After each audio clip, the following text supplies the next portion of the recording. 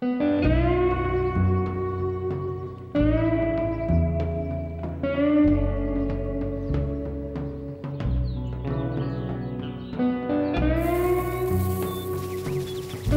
go back a minute. In those days, we couldn't see anything, just like an ocean of grass, and no roads, and just prairie trails.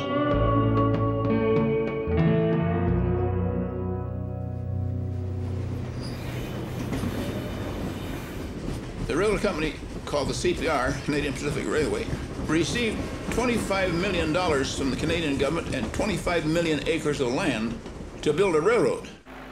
History had told them that this land in here was part of the Great American Desert, and that they shouldn't put any settlers here. But somebody said, why don't you put an irrigation system? And oh, they did a wonderful job of advertising.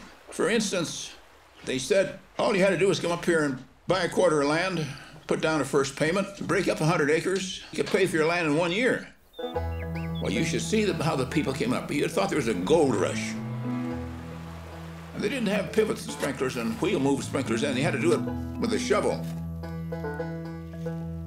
Economic conditions were good in 1917, 1918, 1919, but in 1920, everything went down.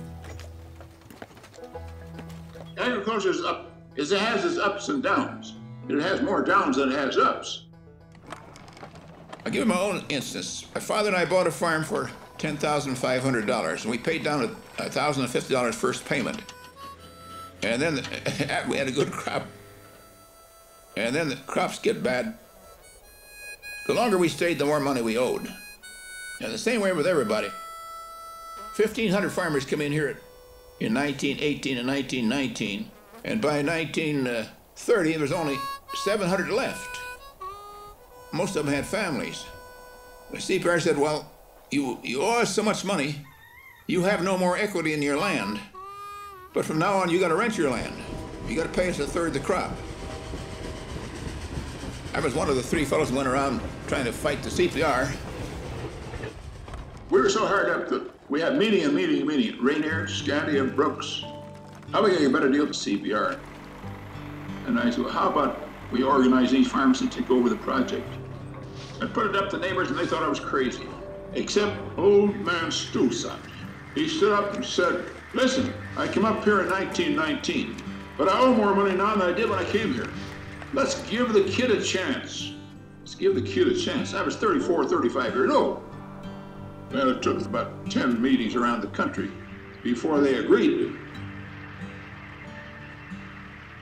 So finally, we made a deal with the CPR in 1935. And one thing I'm proud of is that in 12 years, we gave 12-year contracts to these farmers. By 1947, 87% of those 700 farmers had title to their land.